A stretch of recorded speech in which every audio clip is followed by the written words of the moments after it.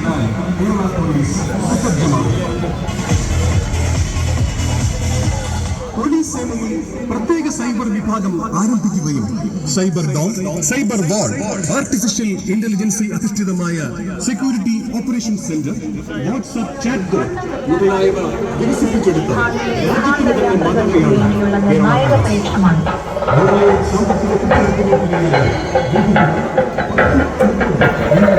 നൂറ്റാണ്ടുകൾക്ക് മുൻപ് ഭാരതത്തിൽ ജീവിച്ച് പ്രപഞ്ചത്തിന്റെ രഹസ്യങ്ങൾ തേടിയ മഹാനായ ജ്യോതിശാസ്ത്രജ്ഞൻ ആര്യഭടന്റെ പേരിൽ വിക്ഷേപിച്ച ഉപഗ്രഹം ആര്യഭട്ടയ്ക്ക് 50 വയസ്സ് തികഞ്ഞു.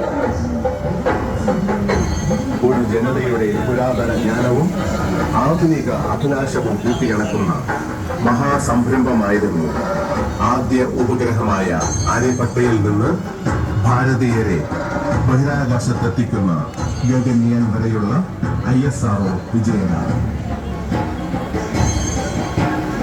അന്താരാഷ്ട്ര ബഹിരാകാശ നിലയത്തിലെത്തുന്ന ആദ്യ ഇന്ത്യക്കാരനായി ക്യാപ്റ്റൻ സുഭാൻ പദ്ധതി നടപ്പിലാക്കിയിരിക്കുന്നു. 96 സ്കൂളുകൾ നവീകരിച്ചു. 67 പുതിയ സ്കൂൾ കെട്ടിടങ്ങൾ, ബധിര വിദ്യാലയം, ബ്ലൈൻഡ് സ്കൂൾ എന്നിവ ആധുനിക സൗകര്യങ്ങൾ 10 കോടി രൂപ ചെലവാക്കി നവീകരിച്ചു.